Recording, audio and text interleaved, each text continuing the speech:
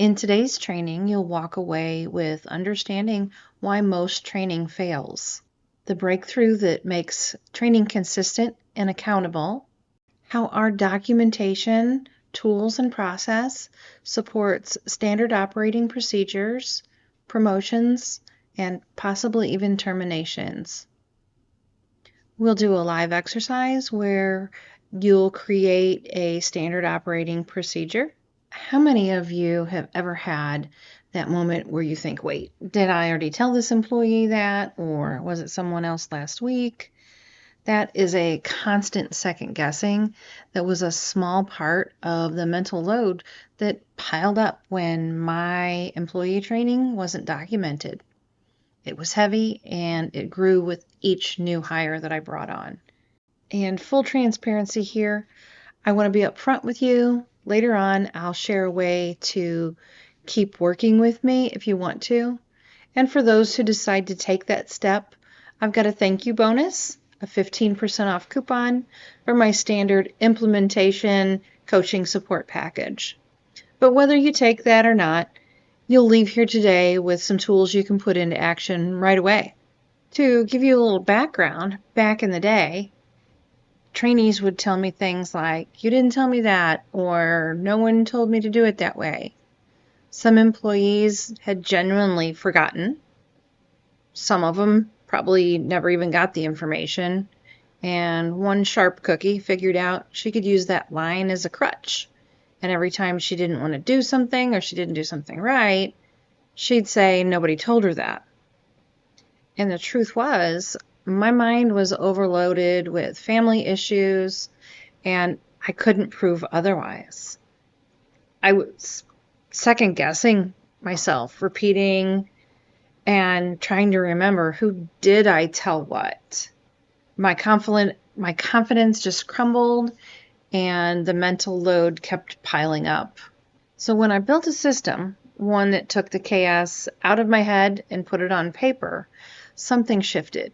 It gave me clarity, it reduced my stress, and put responsibility for training back on the employee. That system became Growing Groomers. So what happens when we don't have documentation? If training isn't documented, it falls apart because you can start explaining and then the phone rings, customer, dog, issues, somebody else needs attention. And the trainee's left with half of an explanation. Then when we get back to them, we may not remember right where we left off or if we get back to it at all. And that means we kind of carry that entire training load on ourselves. Repeating, non-consistency, and then when it comes time to promote, correct, or even maybe let somebody go, we're left kind of scrambling, trying to remember what was said to who and what and when, and we don't have anything written to back us up. I mean, I know I've said it to her a million times and shown it to them and explained it to them, and we've let them practice. But see, here we are again with the issues. And the problem isn't that we haven't said it enough. The problem is that there's no documentation. So without a checklist or a sign-off, we've got no way to hold them accountable, no way to prove progress, and no way to back ourselves up when it's time to promote or let someone go. And that's the old way. That's what a lot of salons are still doing, and it's outdated. You can just imagine how much lighter it would feel when you're not stuck in that cycle anymore. Now, we're going to think about how a lot of salon owners handle the training portion. If they're not doing training themselves, they might pay for conventions, trade shows, or classes. A lot of the staff even get certificates just for warming a seat. Now, there's no way to quantify what knowledge they've gained or if they've retained anything. And the training isn't geared toward your salon brand quality. One of the problems is when you outsource training, your employees become loyal to that institution or trainer, not to you. With Growing Groomers, you don't have to outsource. You've got it built into your salon under your authority. Here's how it works. The modules. Everybody gets the same baseline without inconsistencies. The moment you hand them this structure, the confusion stops. With the worksheets, they're customizable to your salon. They show commitment and create loyalty to your company and shift authority back to you. Then we have checklists with sign-offs, clear timelines, accountability, and defensible proof. With one sign-off, you eliminate weeks of second guessing. And here's the psychology behind why it works. Because adults learn best in small steps, applied immediately, tied to real work. Every completed worksheet and sign-off is a dopamine reward. Progress gets reinforced, and habits stick better. Forbes said it pretty well. Without clear systems, the momentum eventually halts under miscommunication, burnout, and avoidable errors. Let's look at your standard operating procedures. I'm going to call them SOPs from here on out, and how they can help you scale. Your worksheets and checklists, they're not just paper. If you don't have any yet, they become your first SOPs. If you do, they can help you refine the ones you already have. Let's look at some research. 67% of employees say broken processes keep them from doing their best work. Standardizing processes cuts wasted admin time by 20%. Clear SOPs reduce turnover by 25%. Organizations with standard operating procedures outperform their competitors by 31%. For a salon owner, that means less stress, more consistency, and a clear path to scaling your business. Picture yourself walking into work and seeing your team already in flow because the process is spelled out. That's the difference SOPs can make. Now let's look at the other side of that. What happens when we don't document? I pulled up some statistics here, and in California, workers report that it can take 3 to 6 months to get a hearing date. One person described 4 months from filing to hearing. Yeah, you can appeal unemployment claims, but according to the Department of Labor, about almost 29% of lower level appeal decisions are overturned in favor of the employee. And then looking at second level appeal timelines in California, the Unemployment Insurance Appeals Board typically takes 3 to 5 months. And what do you see if you check your Facebook salon owner groups? It's owners like us pouring their hearts out, saying they're sick to their stomach over this, they're so upset. We see stress, anxiety, and sometimes some sleepless nights. The truth is, the paper trail shouldn't start the day that you decide you want to fire someone. It should already exist. And what if you had a clear analytical way to assess performance?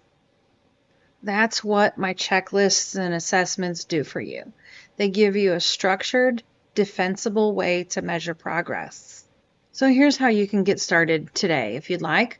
Baylor Foundations, 1-year access to the Introduction to the Salon, Bathing, Drying modules, and the Nails and Ears overview. And if you join today, you'll unlock a special bonus offer. But stick with me, because we're about to do a mini training together where you'll create a SOP. All right. Think of the one thing that frustrates you the most, the mistake that keeps happening, or the last thing that drove you crazy. We're going to write down the correct way to do it, add 2 to 4 acceptable options. We're going to write the objective, or the why, okay? You can write down the standard industry procedure and then back it up with your salon's specific standard. You'll want to add in any exceptions that you allow and include a time limit.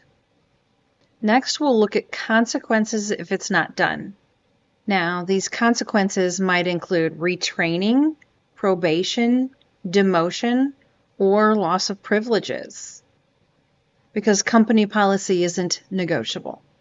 And when you enforce consistently, you step into true leadership.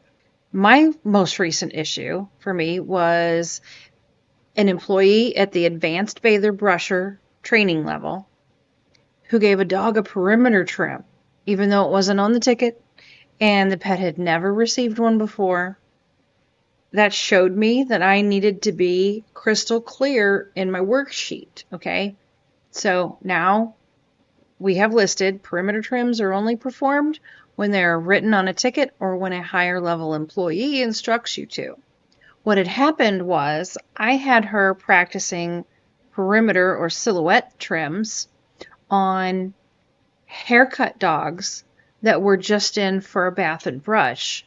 So she took that as a gray area, that if they were in for a long-haired bath and brush, meaning like face, feet, and fanny stuff, that you could optionally add a perimeter trim to it.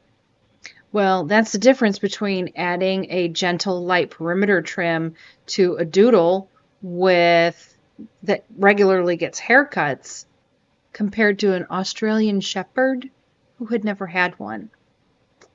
That wasn't gray area to me, but it was to her. We don't allow people to take it upon themselves to perform services without authorization. Our brand is client-led. We don't perform services that are not authorized. Okay? So they could get facts from the client notes. They could get facts from their reporting manager or their trainer, whoever's first above them in that day. Okay? So no gray areas, please. Our client-led services are within our mission statement because we value open, honest communication. So in a one-to-one salon, I told her, if you're holding more responsibility and autonomy, you would refer directly to the client and you would hold that responsibility, okay? And depending on your salon policies, if you worked in another salon, or your pay structure, if a client is dissatisfied or they received the incorrect services, you may not receive any commission or production bonus for that task. So within my company handbook, I have employees who fail to complete a task correctly, whether by negligence or omission, will not receive credit for that task, okay? And that's in there because our production bonuses use a credit system, right? And it also says repeated issues will initiate the reprimand process. I have a bonus step for you. I am going to ask you to contact your state labor department. And when you call, you're going to ask questions that prepare you for appeals and protect you in advance.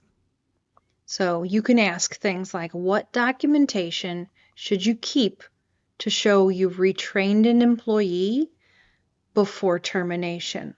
You could ask, does your state have a recommended time frame for giving employees a chance to improve performance? You could also ask, where can I find your official employer guide to unemployment appeals? They can give you the publication number, the name, or a link. You may also want to ask, when calling into this department, is it possible to reach the same representative, or do all the calls go through to the next person who answers the phone? That way you'll know whether or not you have to explain the entire situation every time you call. Jot the answers to these questions down, the publication reference, the contact person's name, and you can file it in your admin binder. When you're asked these questions in a real claim or appeal, you'll already have the answers documented, okay? And you'll already be familiar with this department, how they handle calls, and how easy or difficult it's going to be to get answers. You can be on hold with these departments for minutes or hours, and if they close before your call is answered, You have to start all over again the next day. I like to open my conversations with those individuals by letting them know I am a salon owner of a very small business and I want to learn about my rights and responsibilities with employees. It opens the door for them to be able to communicate a little more effectively with you instead of the first time you're calling, you're being defensive, upset, and you don't have the vocabulary or the language to communicate effectively with them. Earlier, I mentioned your salon owner Facebook groups. Now, I'm going to have you look into those groups and search for fire or unemployment in those groups.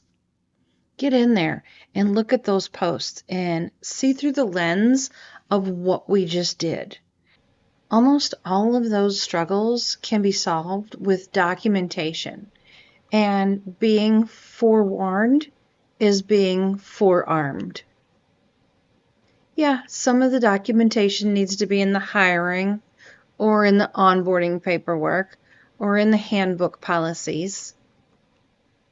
Those types of things are addressed in the higher level track, the salon success, and the apprenticeship programs. But for now, we're focusing on foundational pieces for training purposes. In my own grooming business, I experienced firsthand how documentation changes everything. Before, I'd bring people in, try to train them verbally, and deal with constant mistakes. Once I added structure, the online modules, the worksheets, and checklists, something surprising happened. I totally had not expected this. I didn't have to fire most of the poor performers. They started self-selecting out. So when the expectations were clear and consistent, the employees who weren't willing to step up showed themselves. And they didn't like being held accountable. And they left. And that was actually a gift because before I was keeping people a lot longer than I should have.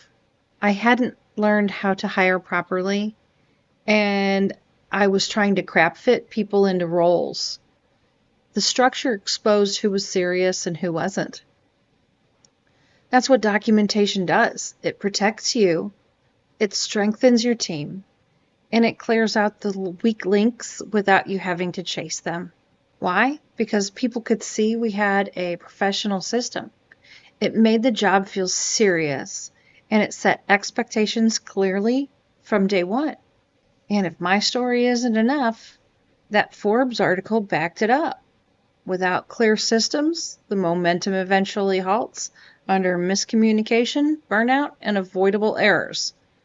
I couldn't say it any better than that. What if your team resists? They're going to resist.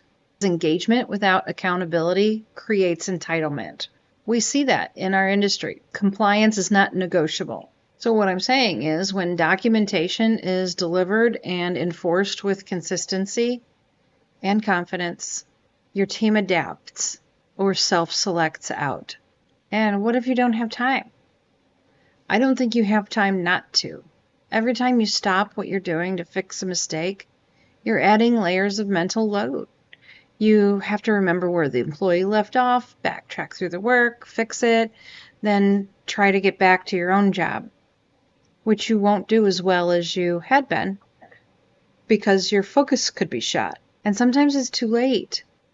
The dog's already gone home, the client's already at the counter, or worse, you realize they may have been doing a poor job for weeks, and now we're in full-on damage control with customers we might not even know who are affected.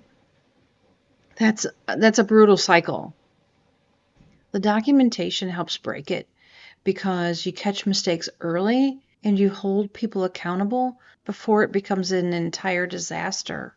Today we've covered why traditional training fails, how documentation transforms that, how SOPs drive consistency and growth, what happens when you don't document, and we even built an SOP together. Without documentation, there's no transfer of authority and no clear path forward. With it, you can gain clarity, confidence, and control. And now it's time to put this into action. Bather Foundations is the simplest way to start. Inside, you'll find the exact training modules, worksheets, and checklists that take the mental load off your shoulders and give your team a consistent professional foundation. Click the button to get started. The sooner you begin, the sooner training stops being all on you.